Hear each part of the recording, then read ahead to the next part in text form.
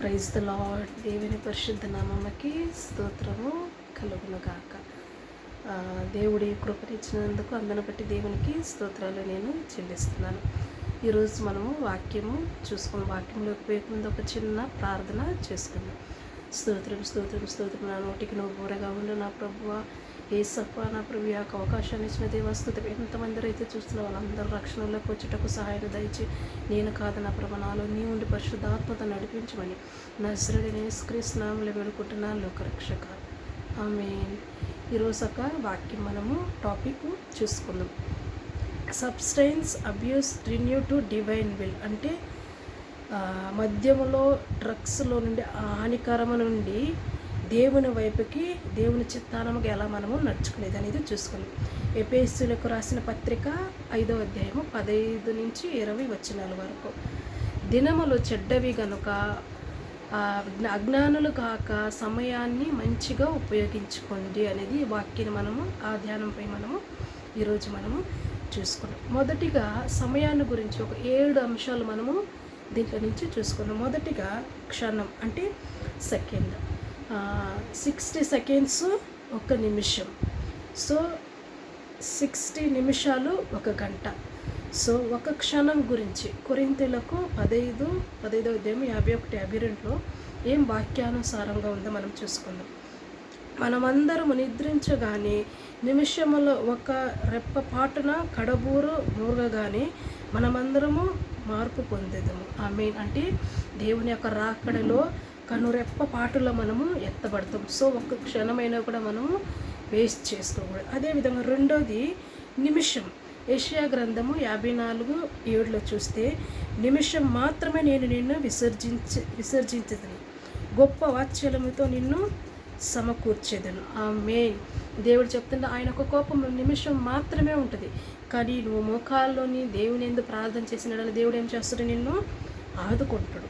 So ఒక్క నిమిషము కూడా మనము ఒక క్షణము వేస్ట్ చేయకూడదు. ఒక నిమిషము కూడా దేవునిలో వేస్ట్ చేయకూడదు. ఒక గడియ అంటే ఒక్క ఊరు నాకు మీరు ఇస్తారా అని దేవుడు చూస్తుండు. మరలా ఆయన వచ్చి చూచి సీమోను నీవు నిద్రించుచున్నావు, ఒక గడి అయినను మేలుకొని ఉండలేవా?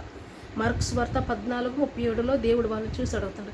దేవుడు వాళ్ళు చూసే కదా ఈరోజు నేను చూసి కూడా అడుగుతున్నాడు, ఒక గడి అయినా కూడా నా కొరకు ప్రార్థన చేయవా అని దేవుడు అడుగుతున్నాడు. సో మనము క్రిస్టియన్ అని చెప్పుకునే పేరుకు మాత్రమే కాదు, ఒక్క ఊరన దేవునికి మనము వేకుంచామని దేవునికి సమయాన్ని మనము ఇవ్వాలి. 4వది దినము, ఒక డే. నీ ఆవరణలో ఒక్క దినము గడుపుట కంటే 1000 దినములు శ్రేష్టము. దేవుని యొక్క ఆలయములో ఒక్క దినము గడుపుట కంటే 1000 దినములు శ్రేష్టము. అంటే మన జీవిత కాలము ఆదివారం ఒక్కరోజుమే కాదు, ప్రతిరోజు దేవుని సన్నిధిలో ఉండడానికి ఇష్టపడాలా. నువ్వు అక్కడుంటే ఆశీర్వాదాలు దీవులని నీ మీద ఉంటుంది. సో 5వది వచ్చి వారం. వీక్లీ ఎలా స్పెండ్ చేయాలా? 6 రోజులు దేవుడు నీకు ఇచ్చిండు.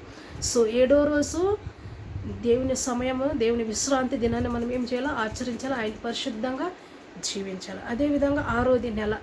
మంత్ కూడా ఎలా ఉండాలనంటే దేవుని యొక్క దీంట్లో ఆ నది యొక్క ప్రకటన గ్రంథం 22:2లో మనం చూసుకునేలా వాక్య ప్రకారము ఆ నది యొక్క ఇవలను అవలను జీవవృక్షములు ఉండేను. అది నెలకి ఫలించి 12 కాపులు ఇయ్యను. ఆమేన్. అంటే దేవునిలో ఉండిన ఎడల ఒక అగ్రికల్చర్లో ఎలాగైతే ఏ సమయంలో అయితే అగ్రికల్చర్ ఒక విత్తనం వేస్తే ఎప్పుడు కాపు కాల్సిందో వాళ్ళకి తెలుస్తుంది. కానీ దేవుని ఒక దీంట్లో ఉంటే నీ ఆత్మలో కూడా నువ్వు ఎప్పుడు ఎదుగుతూ ఉండాలి. సో ఆత్మలో శరీర రీతిగా కూడా అభివృద్ధి నువ్వు చెందాలి. నెలలో కూడా ఎలా దేవునిలో నువ్వు ఉండాలనేది. 7వది వచ్చి సంవత్సరం. ఇది మనకు అందరికీ తెలిసిన ఒక ఇది. సంవత్సరాది మొదలుకొని సంవత్సరం వరకు దేవుడు మనల్ని కాపాడాలనేదే మనం ఎప్పుడు ప్రార్థన చేస్తాం. దేవుడైన యెహోవా కన్నులో సంవత్సరం మొదలుకొని సంవత్సరాంతం వరకు అంటే ఈ 2026 అంతటిలో కూడా దేవుడు నిన్ను దీవించి ఆశీర్వదించును గాక అని నేను ఈ వాక్యరీతిగా మనము చూసుకున్నాం. సో ఏం చేయాలో మనము టైంని దీంట్లో నుంచి మనం ఏం నేర్చుకుంటున్నాం అంటే టైంని మనము వేస్ట్ చేసుకోకూడదు. నీ యొక్క టైము బైబిల్కి చదవాలా, వాక్యం చదివి ధ్యానించాలా. అదేవిధంగా దేవుని ఆలయానికి కూడా నీవు రావాలా, దేవుణ్ణి నువ్వు ఆరాధించాలి. అట్లా దేవునికి కృతజ్ఞత స్తుతులు చెల్లించి ఉండాలి.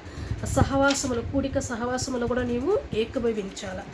అది కాకుండా బ్యాడ్ హ్యాబిట్స్ నీలో ఉండినడలాయి అవాయిడ్ చేయాలి. దేవుని పాదాల సన్నిధిలో పెట్టి నీ శక్తి వలన నీ జ్ఞానం వలన కాదు, కానీ దేవునిలో సమస్తము సాధ్యం. దేవుడిలో నీవు ప్రార్థన చేసుకునే దేవుడు తప్పకుండా నీకు సహాయం చేస్తాడు.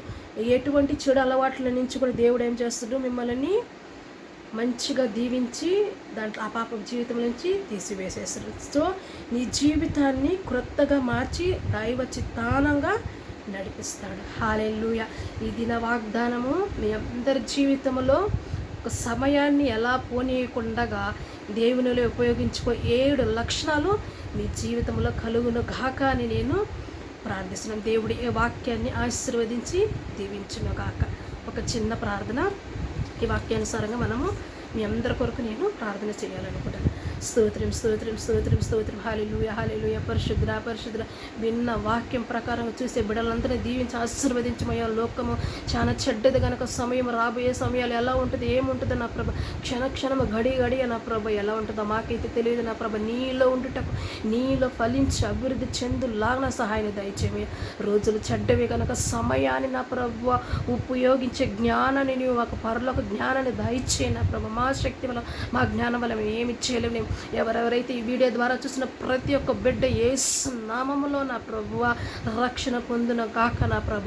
దీవించును గాక. ప్రతి ఒక్క బిడ్డని దీవించి ఆశీర్వదించాలి. కుటుంబాలలో, వ్యక్తిగత జీవితంలో, సంఘాలలో, సమాజంలో నా ప్రభు జరుగుతున్న యుద్ధాల కొరకు కూడా ప్రార్థన చేసిన ఒక సమాధానాన్ని, ఐక్యతని, ఆశీర్వాదాలను దయచే, గందరగోళముల నుంచి విడుదల దాయిచ్చిన ప్రభు. పాప పంతకముల నుంచి కూడా విడుదల దాయిచ్చిన ప్రభు.